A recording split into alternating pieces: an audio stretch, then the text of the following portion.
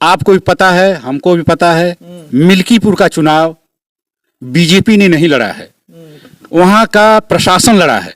चाहे वहां का एक बीएलओ हो, मैं आपको बीएलओ से बात करूंगा, बीएलओ से लेके कमिश्नर तक का आदमी जो चुनाव लड़ा है, उसके बीच में कौन आ रहा है कौन नहीं आ रहा है वो लड़े हैं। लेकिन समाजवादी का सैनिक लड़ा है, जो धरती से काम करता धरती के ऊपर, वो चुनाव लड़ा। उनको आप जैसे पता चल गया मुसलमानों का गांव है, ये यादवों का गांव है, ये समाजवादियों का गांव है। आपने देखा होगा बीएलओ ने उनका वोट कटवा दिया, लिस्ट कटवा दिया, पर्ची ही नहीं भेजा, बोला आप वोट डालने आइए और आपको पर्ची मिल जाएगी। लेकिन बीजेपी कह रही कि हमने अयोध्या का बदला ले लिया। अरे भैया, अगर सही न्याय हुई होती तो आपने लोकसभा में देख लिया ना, वही व्यक्ति है जो लोकसभा में पहुंच गया, और क्या वो विधानसभा नहीं जीत जाते? मुद्दे ये थे, सबसे पहले हम 5 किलो राशन का बहिष्कार करेंगे। हम ये जितने फौजी खड़े हैं, आप पता कर सकते हैं, हम कोई भी 5 किलो राशन नहीं लेते।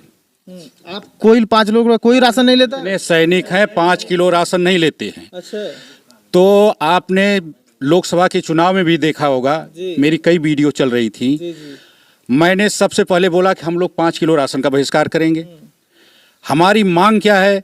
हमारी मांग है कि शिक्षा मुफ्त हो, दवा मुफ्त हो और न्याय मुफ्त हो।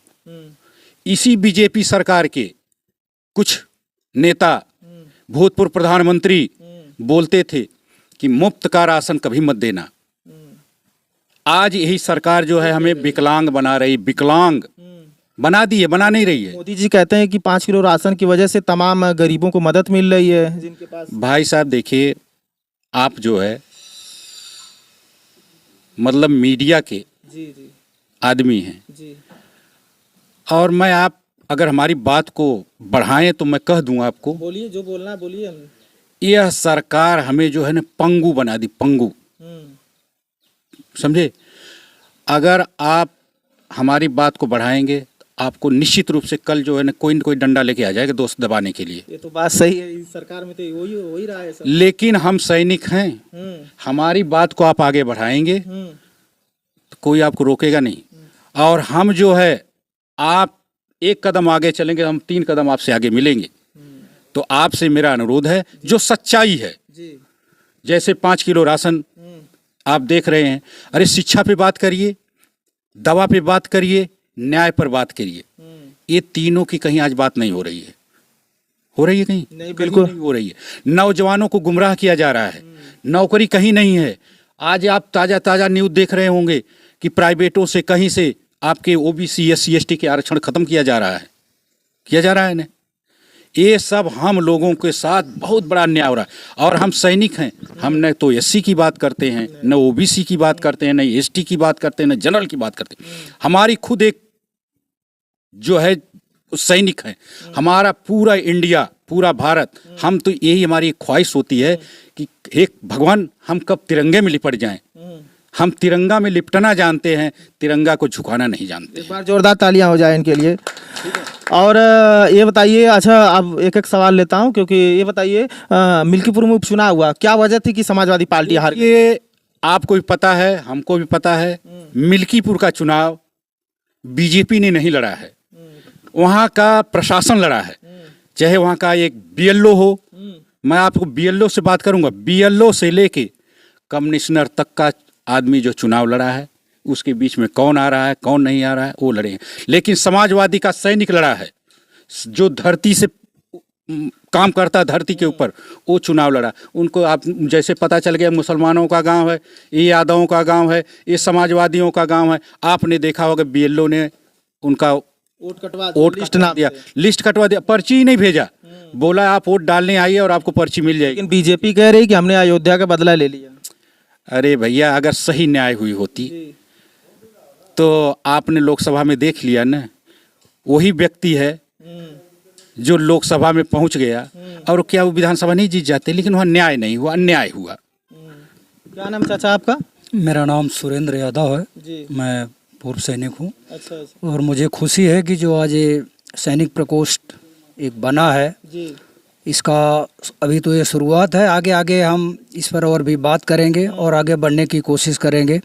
रह गई बात इस भारतीय जनता पार्टी के शासनकाल में पहली बात तो रोजगारी इतनी बढ़ गई, चरम सीमा पर हो गई, जो यह अलग अलग संगठन बन रहे हैं और अलग अलग बुनियादी ढांचे तैयार करने पड़ रहे हैं। आज अगर ये बेरोजगारी नहीं बढ़ती तो शायद यह सब काम नहीं होता। अग्निवीर योजना जो भी सरकार लाई, यह भारतीय जनता पार्टी अपने फ़ायदे के लिए लाई, इकोनॉमिकल कंडीशन को अपने सुधारने के लिए लाई, ना कि जन कल्याण के लिए लाई।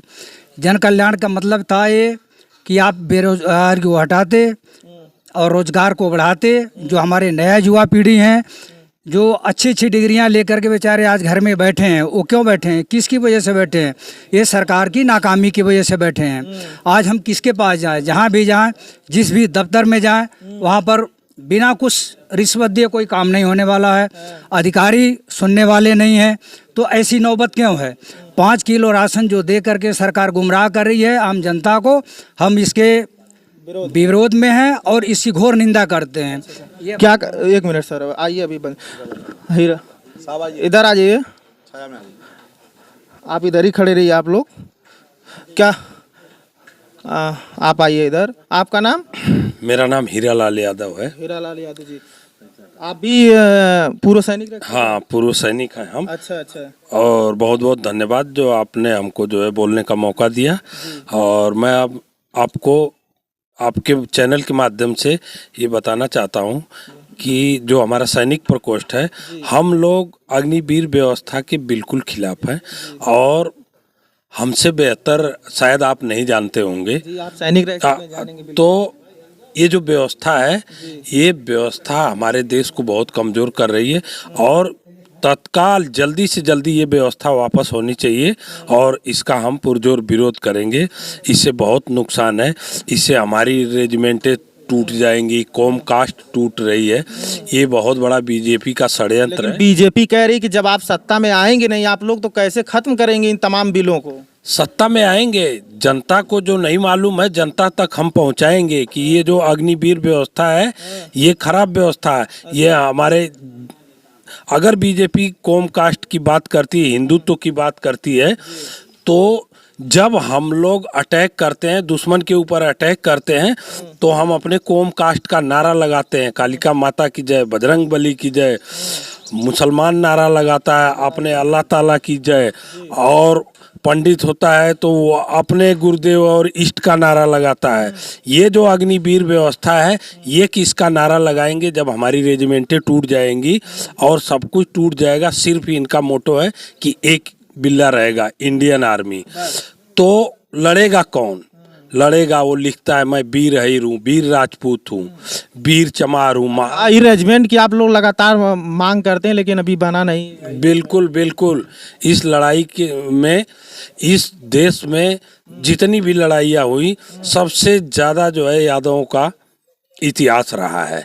हिंदुस्तान आज़ाद हुआ और 62 की लड़ाई हुई, जो भी वार हुए उसमें यादवों का योगदान रहा। और आपके सामने आपको पता होगा रजंगला की लड़ाई, जी बिल्कुल, जो जिसमें बहुत ज़्यादा 122 आयरों ने अपनी कुर्बानी दी थी और एक चाइना की ब्रिगेड को रोक दिया था।